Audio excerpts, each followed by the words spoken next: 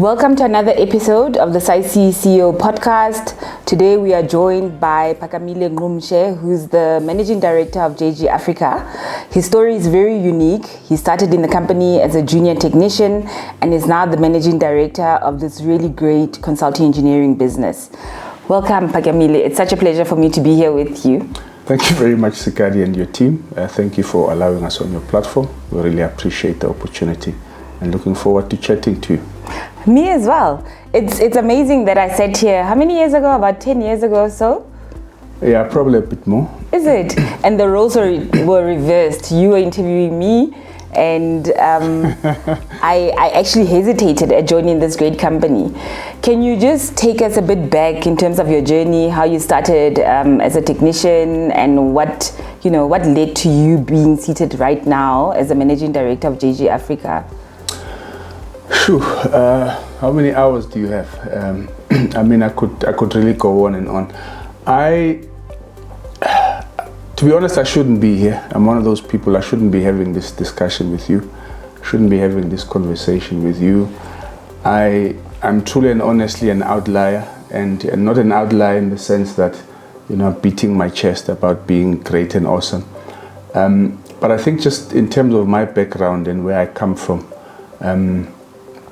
there's a lot of things that one wouldn't have looked at me then and said this person is going to be an MD of a company that's over 100 years old. And maybe just before the story of me becoming a technician, and when I mention why I say I'm an outlier, I've never really been a top student at anything, never really excelled at sports per se. But I did get an opportunity in Standard 9, which would be grade 11, I presume. Yes, it's grade 11. Sort of got a scholarship to go into one of the elite colleges, two of them, one here in Kyalami and another in Bisho. And so it was a school predominantly for grade 9s and 10s. Children who were showing promises in the sciences and in the commercial streams. Awesome school, went in there, did my grade 11, and in the first week of grade 12, me and a group of friends were expelled. Really? So you can imagine, first week of your matric year, you're expelled. And it was a very tough matric year in that now one had to find a school in the first year of matric. There's no ways you were going to find a good school, number one. Number two, with the fact that you were expelled from school, now come to think of it, I was a very naughty boy. But I was wondering what the expelling was for. That's going to be a story for another day. Sort of did my matric, didn't do well at all. I hardly got into Technicon. But I think once I was there, put in, the hard yards, completed the diploma. But to be honest, I would have never thought that I would be sitting in this position if you looked at where I started. And I'm just going to diverge a little bit and mention something about the group of friends that we were expelled with. I might say that I'm an outlier, but I think there are others who've done equally well, who were, you wouldn't have betted on. Out of that group of friends who I was expelled with, I'm proud to say that two of them are medical doctors today. One of which invited me the other day to his very fancy house in Stain City. And I think that just goes to show that, it's don't ever make a conclusion about a person too early in their life. That's really was the beginning for me. And as I said to you earlier, unofficially, that I don't believe I'm a typical MD or CEO, just purely based on where I come from and my beginnings. So exactly what did you do to get to, when you first walked into JG Afrika, what did you do to make sure that you stand out, that the mentors believe in you and they, almost look at your career for future growth and to be able to lead the company in the future? To be honest, I didn't have a plan. Some people have 5-year plans and I didn't have a plan. And I think all that I can really say is some things you pick up from home, things like a decent work ethic. I mean, there was something small that, my father and my mother used to instill in us. Something as simple as you don't arrive on time, you arrive before. And I always used to have an argument with them over this. When you're on time, you're actually late. You always need to be early. And I think it's just doing the basic things right every day. It's not trying to be a star. It's not trying to outshine anyone. I think just doing the everyday things. And I wasn't trying to be impressive. I was just doing my work. And I think because of that, and I think the transition that was happening at the country at the time, because I joined the firm in 1994, I think the partners at the time, I think, saw something in me which I didn't see, and I was encouraged to study further, and that's what led to the decision in me going to study further at university. So tell me about the partners, because one of the reasons I didn't join JG Afrika was you were a company full of industry greats, well, at least in the traffic engineering field, and that scared me. And tell me more about that, like your journey with them, like did they get involved in your mentorship and how that worked out? Look, most definitely. I don't believe that there is such a thing as a self-made person. For me, that doesn't exist. There's always a community of people behind you. And I mean, there's definitely people that stand out in my career. There's two Afrikaans males that I always remember, one of which was the first partner that I worked for. His name is Anton Dimond in the Pietermaritzburg office.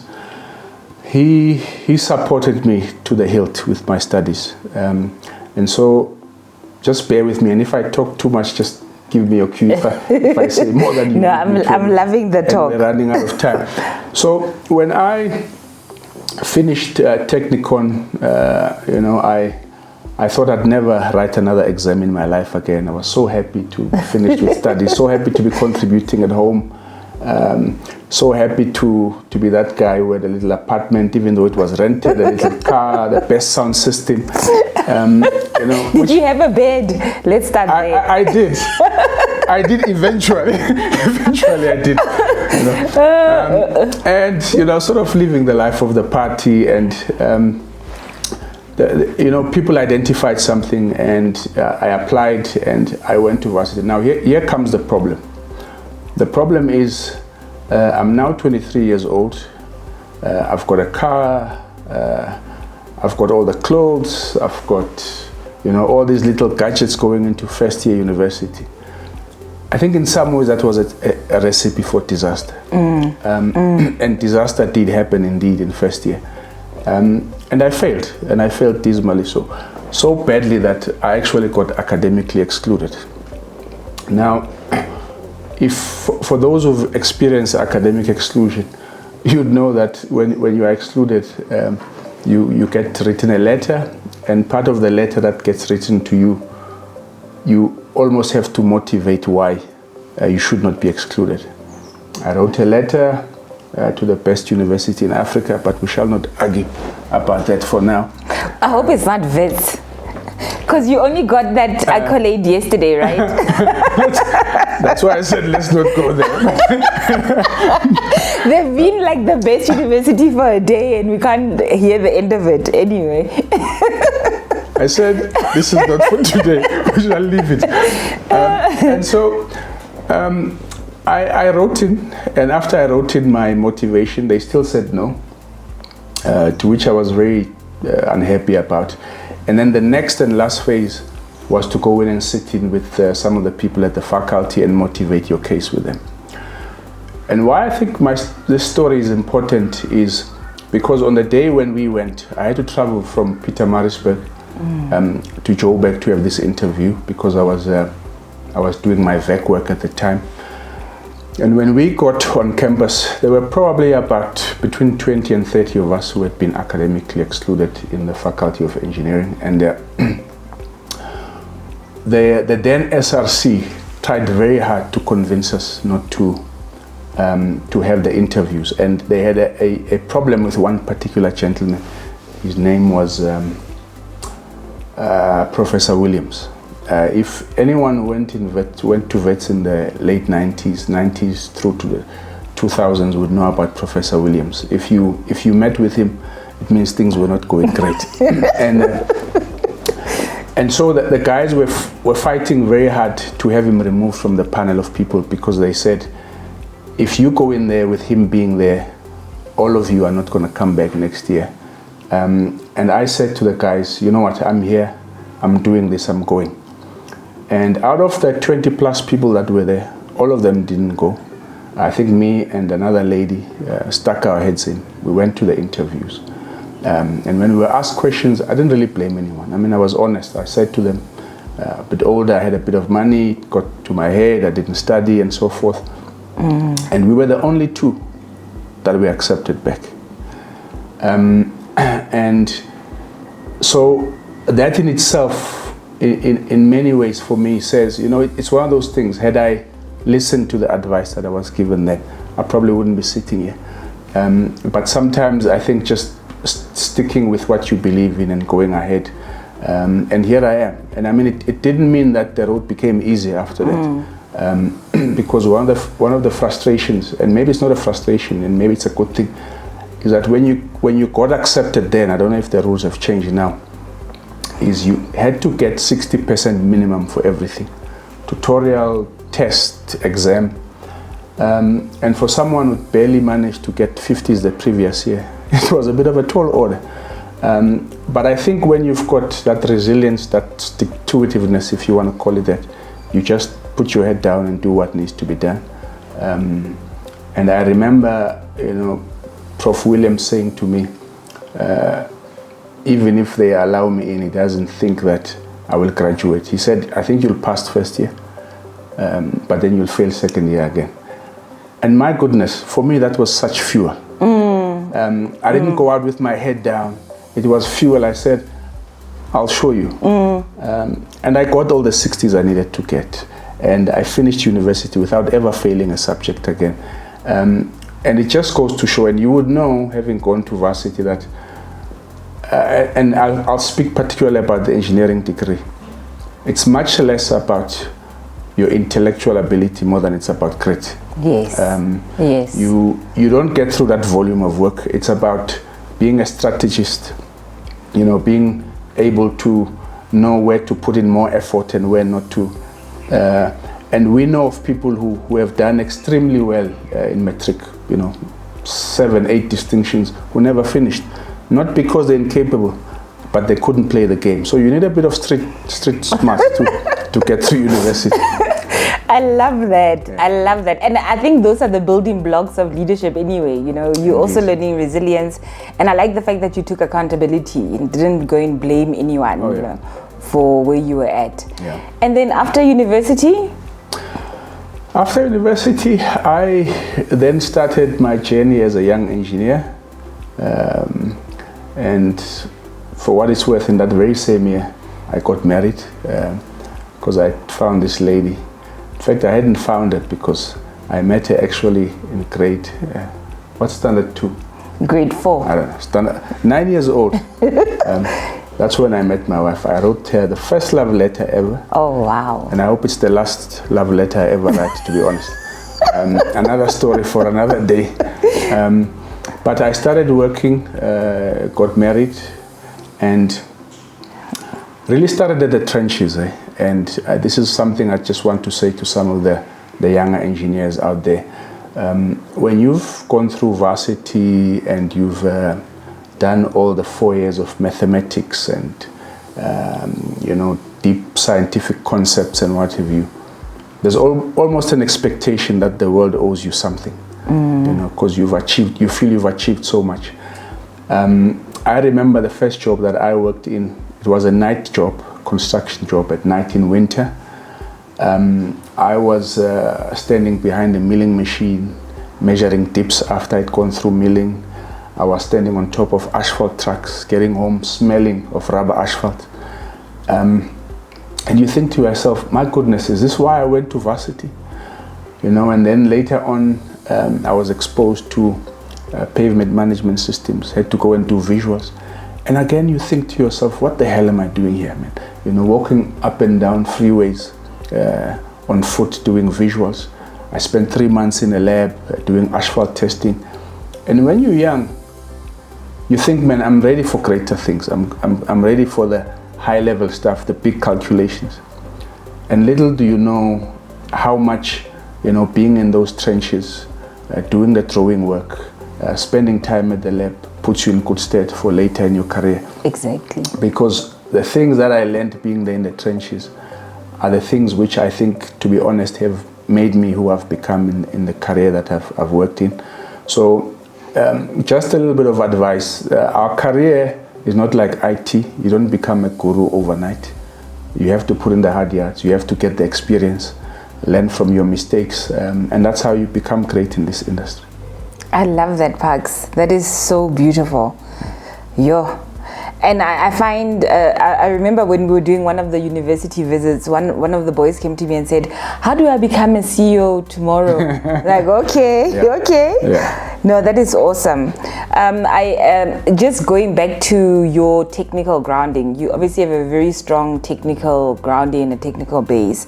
How did that also impact the way that you lead? Because you said you're not a typical CEO. How did that impact the way that you lead in general? So, I mean, on the technical side, I think the beauty of having, as I keep on saying, you know, being in the trenches is that experience that you get, by and large, allows you to do two things. One is it allows you to see problems from afar off, and so that you can avoid, I think, getting into trouble. Number two, which I think is part of a big job of any executive, is to avoid challenges and problems for your team and your company. And secondly, when you do find yourself in a bind, finding ways to get out of those binds for the benefit of your clients and your shareholders, so to speak. So I find that solid grounding, that always going back to basics, the ethos that was ingrained in us early on in our careers, in JG Afrika, which was Jefferson Green then, that the career that we are in, and to be honest, I think any career, you have to have the attitude that it's a lifelong learning career. You never get to a space where you say, I'm the guru, I know it all, I never have to learn. And so I think those basic things are always a reminder for me that you don't know it all, you always have to learn. And it's an interesting thing, because starting my journey as a technician, people always ask me what was the difference, because there's always been this argument why technicians can't be PR engineers, blah, blah, blah. And I've always tried to avoid that discussion and argument, because people become very sensitive. But what I've always said is that for me, the biggest differentiator between when I graduated with a diploma, I thought I knew it all in civil engineering. And when I graduated with a degree, I realized how little I know. Exactly. And that for me was the biggest difference, is I knew how limited my knowledge is, and then I think it created the hunger to learn more. And so I think those basic, being in the trenches, technical background, helps a lot, I think, in making other decisions which can be financial, because you do understand how limited you are in your knowledge space and body. So tell me more about the projects that you've worked on. I see we're sitting with a picture of the N14. Was JG Afrika involved in this project? Yeah, this would have been many moons back. Look, I think as a company we've done a lot of great projects. I think ones that I've worked on mainly in the highway space. There's a job that I can almost say I grew up on, and it's a pity that most people don't know about it. Which one is that one? There's a stretch of road between the N1 and Cullinan, which is called the K14. When Gautrans used to be Gautrans, and it was a road that I designed when I graduated. I spent 3 years as an RE on that job. I spent another about 2 years as a project engineer on that job, doing head office supervision. So I've really been on that job. I think I got my PRN when I was there. In my mind, it's the job that made me call it a roads engineer, because I've gone through all the phases. But most notably and more recently, I think there's been quite a number of bigger projects on the Bakwena network that we have been working with. A number of them, multi-million rand projects, brilliant client to work with. And also, I think with just growing within the firm, also being given responsibility for some other mega projects. I mean, I'm thinking of one that we worked in on the Camden Power Station. Over R1 billion of infrastructure that we did there. I think taking the lead on that one as well. So there's really been many fulfilling ones. And to be honest, I must say sometimes I still do miss that technical side of things. But unfortunately, life moves on, as they say. It does, and hopefully you've also created a few Phakamiles as well, who are coming up in the stream, who are doing the technical things that, you know, that you would have loved to continue with.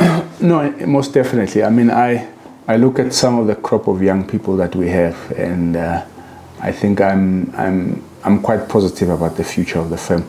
So one of our unwritten rules in the partnership is that each and every one of us have to hold the hand of 1 or 2 young people, and it's sort of something that we do unofficially, so we don't announce it, but all of us have to have someone that we're holding by our hand, and really you need to create a replacement for yourself. And that's one of the rules that we have. So we don't want you leaving until you've got someone that you can leave us with. And so part of the partnership structure is that we don't pay you out all your money when you leave. We want you to leave some of your money in the business so that we pay you out, so that you can leave someone in the business that will be able to pay you out. And so it's just one of those things that we have entrenched in the firm to make sure that there's proper succession planning. I mean, one of the 2 people I didn't mention, I mentioned 2 Africans males, was Paul Olivier. Very, very instrumental in my career.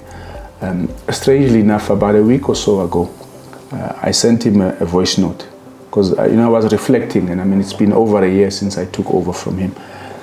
And upon reflecting, I just thought to myself, this gentleman has really held my hand from day one. I mean, from the day I walked in here, he's really been, one who's taken interest, a very keen and a deliberate interest in my career. Really took me everywhere with him, where it mattered. One of the things I said to him is that I hope I can do the same. Whatever you did to me, I hope I can do the same to some young person. Doesn't matter what color or creed or race they come from. And I said to him, I think South Africa is better because of people like you. People who are great at what they do and are not afraid to share of themselves. So I'll keep on saying that. If you are listening to this, Paul, one day, shout out to you once again. That is stunning. Actually, it actually ties into my next point, because I was thinking we always think about the long-term impact of our projects, but what about the long-term impact of the industry? Are we leaving the Phakamiles, the Pauls behind to take the industry to a better place than when we actually found it? So you've actually answered my my call, because we see a lot of young people who are not coming into what we found when we joined the industry, and they don't have people holding their hand, almost, guiding them throughout their career. So it's really lovely to see that, and I love the fact that it's an ethos and a value of JG Afrika as a company as a whole. So having been here for more than 2 decades, I want to go into this thing that you said, I'm not a typical CEO. What does that mean? I think I've alluded to it in some ways earlier on. I mean, I don't see myself as the brightest and the best. I mean, I lead a team of people with master's degrees and PhDs from overseas, and I'm the guy that failed first year. I'm the guy that's just an ordinary guy, to be honest. And So one of the things in our partnership meetings that I always also try and entrench, I said, there's not a me and you. We're all partners here in this business. I just happen to be the one that's been selected to be the managing partner. And so I'd like to believe I don't have a big head on me, that I think and therefore I try and work with people at all levels. Respect is it's very big in my life. I always hate it when people ill-treat others because of their position. It's one of my pet peeves. I absolutely hate it. And so I try and be very accommodating, try and not act like the boss per se. It's got its cons sometimes, because sometimes people don't necessarily appreciate and then they abuse the fact that you... Yes. So you've got to try in some ways to be a little bit stern when you need to be, and it's just trying to find that balance. I never set out, and as I said earlier on, it was never my plan to be sitting in this position. My plan was just always to just carry on and work. And I think sometimes that's what we miss in life is, and this is what again, in this industry, if you want to be in this industry that we're in, is, just put your head down. Sometimes we're trying to chase for positions instead of just putting our heads down. And I say, in consulting, at least in the consulting engineering space, what you need is expertise. And as long as you specialize and as long as you're good at what you do, the industry will find a gap for you. And I've found that a lot of people, I'm not anti-MBAs, and it's fine. We all have got different paths. But I always say, in an industry like ours, what always keeps clients coming back to you is technical excellence. It's not your business acumen. As much as we are trying to change our mindsets, and unfortunately the way our industry is going is forcing us to be more business minded than technically minded, which is maybe not necessarily a bad thing. But the things like, when we're talking about mentoring, things that used to happen, and you mentioned this earlier, that the youngsters are coming into an industry that's completely different to what we found, where there was proper planning, there was proper time given for a project. You could actually literally have the time to hold a young person's hand. But now what we're finding sometimes is the senior people decide, I might as well do this because I've got a deadline. I don't necessarily have time to mentor this young person. And all these things, if we're not careful, are going to have a ripple effect, and it's going to catch us out as a country later on downstream. So it is things that we need to be very mindful of. I don't know, I feel like I'm waffling and I'm not answering your question. What was your question? You are answering a few questions that I actually had for you, so don't worry about that. I'm actually enjoying the conversation. And how have you steadied yourself and pivoted through the change, Because as you said, we've actually experienced a lot. When we came in, we had really good mentors. People were walking alongside us in our careers. You could even specialize and be seen for your technical expertise, etc. I worry about this new generation. They are very much about social media, being seen, getting awards, but no technical acumen, So how have you pivoted through like the last 20 years as a leader and as a mentor, when the country's gone through so much economically, there's been so much happening socially, etc.? Look, again, I'm going to sound like a broken record. My life is not a series of plans and 5-year plan, 10-year plan, and so on. But one thing I have always done is I think I've always tried to stay close to the action to see what the trends are, and then move accordingly. I think really what I've endeavored to do, as I said earlier, is just continue to keep on learning, and not only from people who are predecessors in our head, but also from the youngsters. So one of the roles I see myself playing quite heavily in the firm, I see myself as almost a bridge, because of my age, between some of the elder guys in the company and the youngsters. And it's this mindset that says I can learn from everyone, whether it's a student, whether it's someone who's a cleaner in the company. Everyone's got their story to tell, and I can learn something from them. And picking up on all of those things, I think, makes one a better and a well-rounded person. And my own assessment is that I'm probably sitting where I'm sitting more because of my people skills than more on my technical skills. I think honestly there are people who are more technically able than I am.